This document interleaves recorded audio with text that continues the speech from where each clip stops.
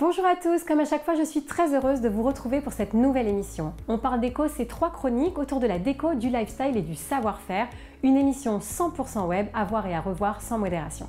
Cette semaine en premier lieu, direction Paris pour interviewer Adrien, le cofondateur d'une marque de haute maroquinerie solidaire, j'ai nommé Aurega. Ensuite, on retrouve Alexa, la fondatrice d'Atelier Germain, qui nous donne les clés d'une rénovation éco-responsable, en bonne et due forme et de surcroît résolument déco. Pour finir, on retrouve une marque, un nom qui réunit à lui seul une bonne partie de mes passions. Direction les ateliers Serge Mouille pour parler design, made in France et savoir-faire. Ça va Adrien? Ça va et toi Jessica? Ouais. Alors tu m'accueilles ici dans un lieu qui est un peu particulier qui s'appelle la Caserne. Donc on est dans le 10e arrondissement de Paris. Et alors ce lieu, il a quoi de particulier déjà? Alors déjà, c'est une ancienne caserne, donc une architecture très particulière. Donc c'est un bâtiment historique au cœur de Paris. Et aujourd'hui, c'est le premier incubateur européen dédié à la mode responsable. Et on retrouve des marques de prêt-à-porter ou bien des marques de maroquinerie qui toutes œuvrent pour créer des produits qui sont durables dans le temps et qui peuvent être éco-conçus. Très bien. Et donc Aurega vient s'inscrire dans cette nouvelle mouvance, si je puis dire. Aurega fait partie des marques qui ont été choisies pour faire la première résidence de maroquinerie responsable et engagée. D'accord. Alors Aurega ne date pas que de la caserne, puisque nous on s'est rencontrés il y a combien de temps maintenant? 3-4 ans? Oui, il y a 3 ans au début. 3 ans, au tout début. En 2018. Et alors on va commencer par peut-être expliquer pourquoi ce nom, pourquoi Aurega? Oui, alors Aurega, ça a une double signification. Au départ, c'était un clin d'œil à l'art japonais du pliage qui est l'origami. D'accord. Donc notre premier modèle de sac a été conçu avec une seule feuille de cuir qui se replie sur lui-même. Très bien. D'ailleurs, on a déposé un brevet là-dessus sur son ouverture assez particulière. C'est un sac qui s'appelle le Love ou le Lovely. Et puis ça a une autre signification qui est l'association d'une dualité entre le luxe, donc symbolisé par l'or, et l'égalité qui est notre mission et notre raison d'être par EGA. Donc ça donne Or EGA. Donc on a choisi de créer des produits qui sont fabriqués exclusivement et entièrement en France. Donc on travaille actuellement avec 2 ateliers qui sont situés dans la région d'Anjou, dans l'ouest de la France, qui sont représentants de l'excellence de la maroquinerie française. Donc c'est des entreprises du patrimoine vivant. Nos cuirs sont sourcés en Italie et on a dès le départ associé à notre projet une raison d'être qui est inscrite à nos statuts. Donc Aurega, c'est une entreprise à mission et la mission que l'on porte depuis le lancement, c'est le soutien à l'éducation des jeunes enfants. Alors ça passe par quoi cette mission? Dès le départ, on a conçu un projet pour aller soutenir les enfants qui n'avaient pas accès à la lumière en Afrique de l'Ouest. Donc on a conçu un cartable équipé d'un module solaire que l'on a développé nous-mêmes en France avec un laboratoire d'innovation situé à Lyon. Et on a créé un cartable qui a la particularité de se transformer en support, en écritoire, en support d'écriture, avec ce module qui se recharge avec le soleil. D'accord, donc quand les enfants vont à l'école, ils ont ce cartable sur le dos qui se recharge avec le soleil. Oui. Et le soir, pour pouvoir lire, faire leurs devoirs, ils déplient le cartable et il y a une petite lumière qui est intégrée qui leur permet en fait d'y voir clair. Exactement, c'est tout à fait ça. C'est-à-dire qu'en Afrique, déjà le soleil se couche assez tôt. Et donc à partir de 17h30 voire 18h, il y a des millions d'enfants qui n'ont plus accès à la lecture ou à l'apprentissage parce qu'ils vivent dans le noir. Donc c'est très particulier de vivre dans le noir. Nous, on n'a pas du tout cette habitude. Et donc l'idée, c'était de leur créer un objet qui était dédié à ces enfants et qui leur permettait d'avoir une continuité dans l'apprentissage et de ne pas avoir une rupture comme ça brutale à la sortie de l'école. Et après, on a réfléchi à comment on pouvait financer ce projet solidaire. Et c'est là qu'on a associé la création d'un cartable avec la maroquinerie. Donc on a créé des sacs à main différents, reconnaissables, originaux. On peut le voir là, déjà, on en parlera. Et l'idée de notre projet, c'était de pouvoir associer directement une communauté de personnes engagées qui, à travers un objet qu'elles portent tous les jours, qui leur est utile, puissent avoir un impact direct sur un enjeu de société. Donc ça peut être l'éducation, c'est la première chose que l'on a faite pour se lancer, mais ça peut être l'accès à l'eau ou ça peut être l'accès au logement. On a pu faire une deuxième distribution de cartables en novembre 2019, donc juste avant la crise sanitaire qui a touché tous les pays d'un point de vue mondial, et notamment le Sénégal.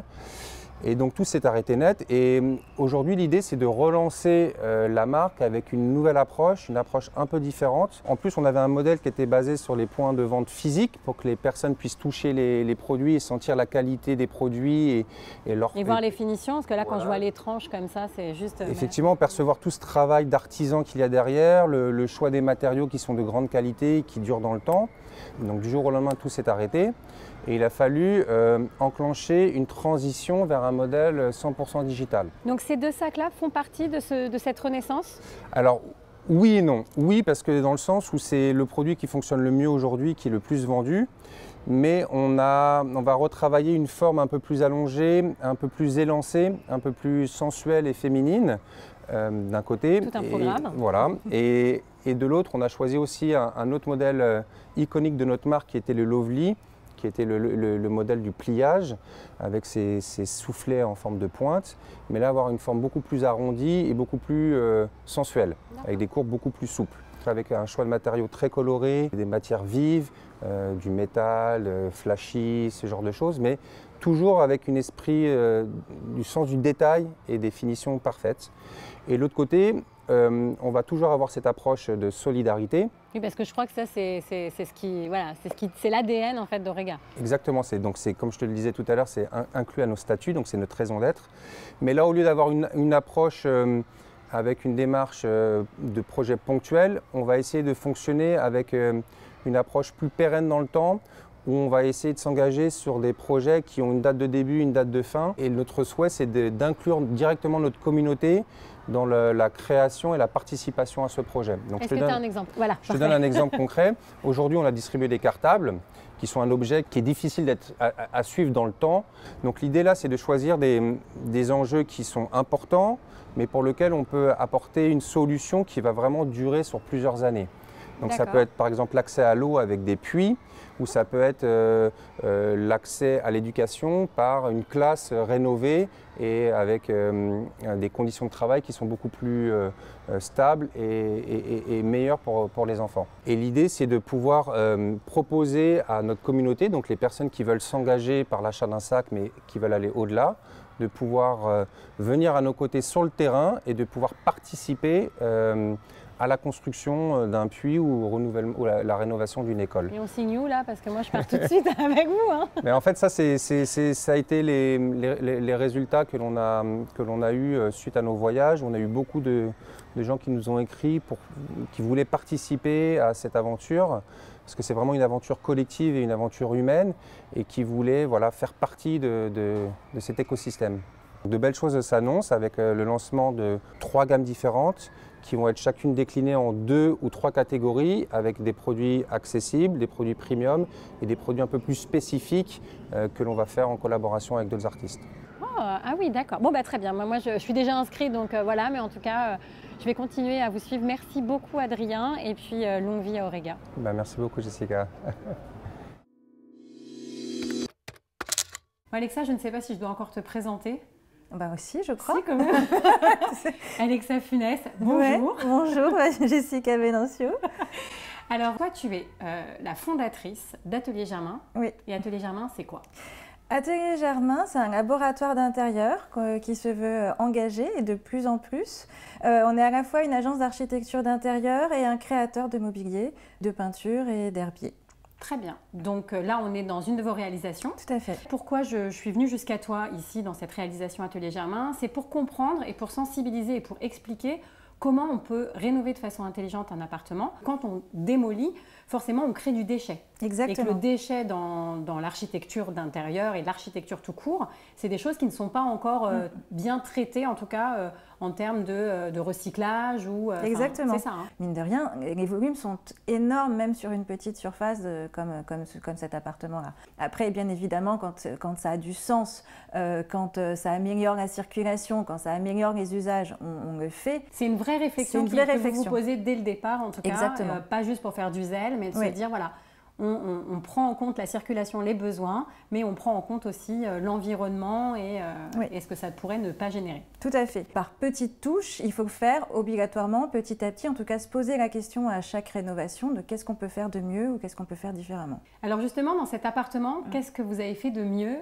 Qu'est-ce que vous avez fait pour coller à ce côté très responsable qu'Atelier Germain met en avant?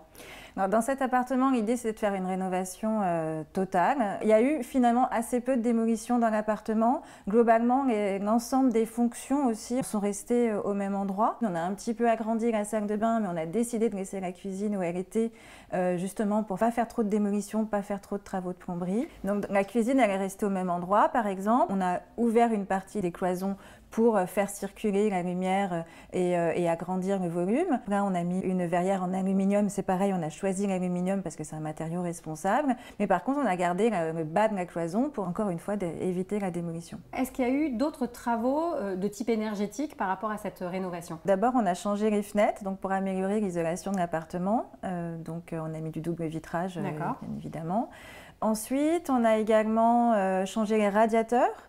Donc on a choisi des radiateurs fabriqués en France à inertie et ils ont aussi sont des radiateurs intelligents qui par exemple vont se mettre automatiquement en mode économie si la fenêtre est ouverte. Donc ils sont conçus aussi pour limiter la consommation au maximum. On a aussi changé le chauffe-eau pour des raisons à la fois pratiques parce qu'il fallait qu'on ait un chauffe-eau faible profondeur, mais là on en a profité pour encore une fois choisir un chauffe-eau intelligent qui va en fait s'habituer au mode de consommation de la maison pour limiter le temps de chauffe au maximum. D'accord, donc il sait combien tu consommes, en gros, exactement. Il consomme que ce que tu utilises quand tu te douches. Oui, tout à fait. D'accord.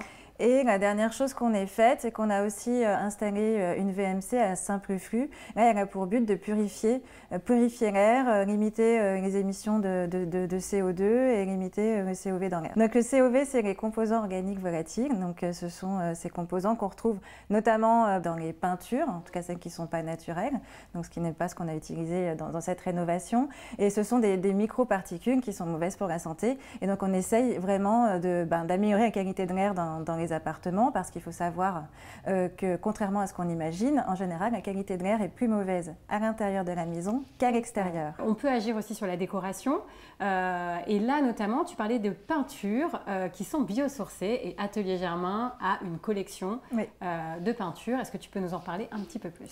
On a développé 2 collections de peintures. Donc aujourd'hui, on a 25 couleurs qui sont disponibles. Donc, ce sont des peintures qui sont des peintures françaises, biosourcées, donc qui ont 92% de composants naturels et qui est sans COV, donc qui est vraiment justement bonne pour la qualité de l'air. Donc c'est vraiment, nous en général, on les place évidemment dans l'ensemble de nos projets. En plus, ça colle beaucoup à tes moments de vie parce que la première collection Terre lointaine, c'était par rapport à tous les voyages que vous avez pu faire en famille. Là, Horizon, c'est parce que tu as déménagé de Paris pour aller habiter vers le bassin d'Arcachon. Et en plus, les couleurs sont canons. Moi, j'en ai chez moi, donc je ne peux pas dire le contraire. Même le contenant est en PET, en plastique recyclé. D'accord, donc voilà, la boucle est bouclée. Oui, exactement. On a choisi que du cartonnage biosourcé, recyclé, recyclable. Et on cale aussi nos pots de peinture avec des chips biosourcés également. Donc là, les trucs que tu lèches, ça colle. Non, mais qui servent, c'est les petits trucs qui servent à caler les pots. Et là aussi, donc on a vraiment un emballage jusqu'à l'expédition où on a vraiment eu cette réflexion d'être cohérent sur notre produit. Et en plus, l'avantage en plus du pot en plastique, c'est qu'il est beaucoup plus léger qu'un pot en métal. Nous, on fabrique en Europe, au Portugal, donc c'est pas très loin, mais c'est vrai que les délais de fabrication sont assez longs. Et en plus, dans les livraisons, parfois, en effet, on va avoir une semaine ou 2 semaines de plus parce qu'on ne fait pas des envois systématiques chaque semaine pour un camion qui sera un tiers vide. On préfère en effet les remplir et livrer de manière plus responsable. L'objet phare d'Atelier Germain, ce sont les herbiers. Oui. Donc objet phare, c'est l'herbier tropical, on en fait depuis toujours. C'est un produit qui est entièrement fabriqué artisanalement. Toutes les étapes de fabrication sont réalisées dans nos ateliers. Ici, c'est à Clamart, donc juste à côté de Paris. On fait venir des feuilles fraîches de partout dans le monde. De partout dans le monde, ça veut dire forcément des émissions de carbone. Oui. Du coup, comment vous gérez ça? Ce sont des envois qui sont faits en maritime. Nous, on achète des feuilles 1 fois par an, maximum, parfois 1 fois tous les 2 ou 3 ans. D'accord. Et en fait, on a un énorme stock qu'on fait sécher dans les ateliers naturellement. Je crois qu'on n'est pas trop mal sur l'empreinte carbone de notre produit. On les met en peinture ensuite, donc avec nos peintures biosourcées. Ensuite, on va réaliser entièrement l'encadrement, créé au fur et à mesure à la commande. Du coup, vous avez la possibilité de gérer un projet dans son ensemble de façon éco-responsable et en plus, on peut le voir dans cet appartement, résolument déco. On espère en tout cas avoir réussi la mission. Merci beaucoup Alexa. Et puis, tu me fais visiter rapidement? Bah écoute, okay, on y va.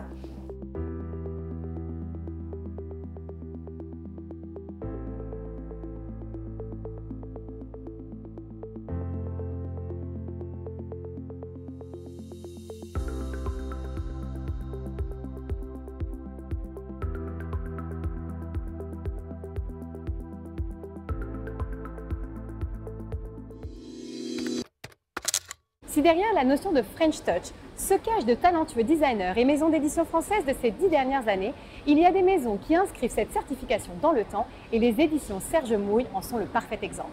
Serge est un artiste orfèvre, un touche-à-tout, un artiste accompli, principalement connu dans les années 50 pour ses luminaires. Et la bonne nouvelle, c'est que la production de ces iconiques continue d'être fabriquée en France et que Julia Delpirou nous ouvre les portes de cet atelier historique.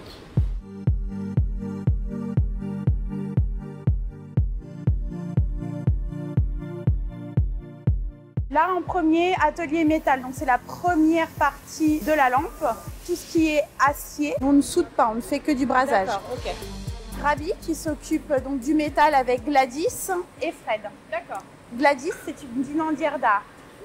Elle a eu l'intelligence de la main. Ok. Qui est en cours.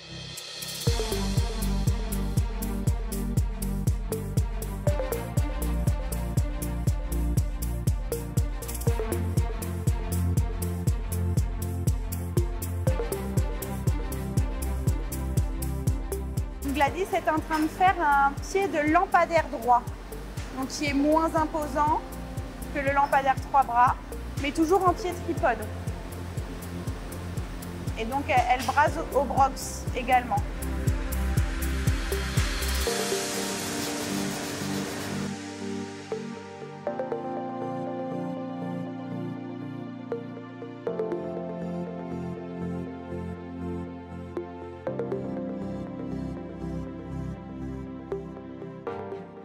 Le cintrage donc, permet d'incliner les bras. Il y a vraiment un degré bien précis.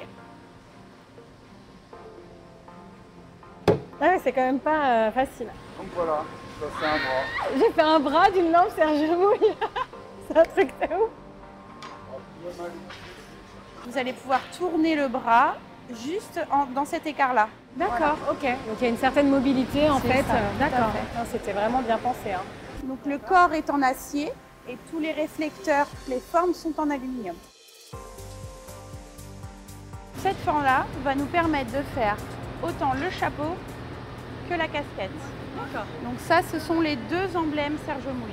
Sur les lampes, les grosses lampes, on ne change pas les réflecteurs. C'est leur identité, c'est comme ça, on ne les change pas. Ça a été pensé par Serge, donc on conserve ce qui a été pensé par Serge. Okay. Et sur les petites lampes, ça peut être différent.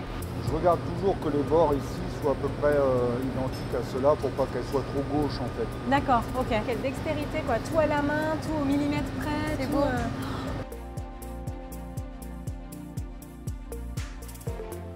Là on la découpe, après elle est comme ça en fait, D'accord. une fois découpée. Les formes initiales de Serge Mouille sont très simples. Ici, on a une demi-sphère qui est découpée. Et cette demi-sphère, elle est coupée comme ceci. Et elle va donner, après étirage. Ah ouais, ah d'accord. Et souvent, on a des paires, donc il faut vraiment qu'elles soient similaires. Toutes nos lampes sont numérotées. Du métal jusqu'au départ, jusqu'à chez le client. 1800 lampes environ par an. D'accord, dans le monde. Est-ce que c'est que à la commande? C'est que à la commande. Le luminaire, il peut être soit en noir, soit en blanc, vous verrez. Donc ici, on a l'après. Après l'après, on le ponce. C'est en deux étapes. On va d'abord peindre l'intérieur en blanc, puis cacher le blanc de l'intérieur et aller peindre l'extérieur en noir ou en blanc. Donc tout ce qui est tube, c'est poncé à la main. Et tout ce qui est forme, on fait main et machine. Tout est mis sur canne pour pouvoir être tourné par le peintre. D'accord, ok. Voilà, il tourne comme ceci la lampe. Là, il enlève toutes les imperfections de la lampe. Donc après, la peinture adhère. Là, vous avez du blanc brillant à l'intérieur. D'accord. Et là, vous avez du noir mat. Et quand c'est du blanc, ça sera du blanc mat satin. D'accord, ok.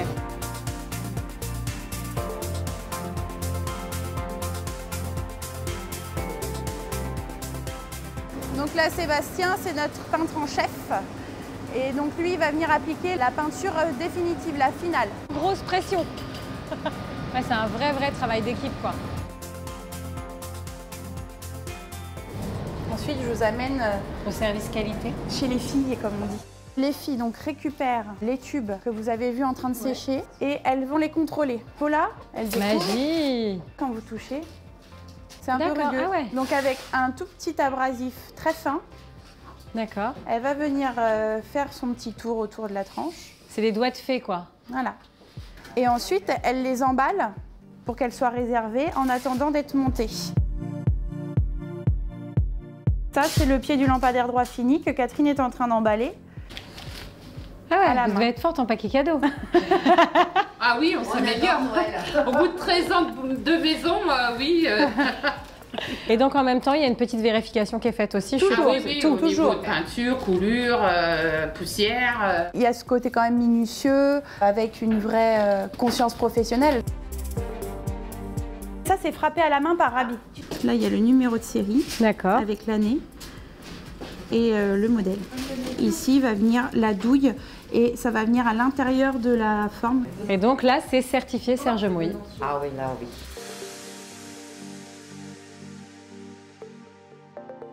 On parle déco, c'est terminé pour aujourd'hui. Vous avez eu un coup de cœur pour un de mes invités. Je vous invite à les retrouver en commentaire de ce post, ainsi que mes partenaires. Et moi, je vous dis à très bientôt.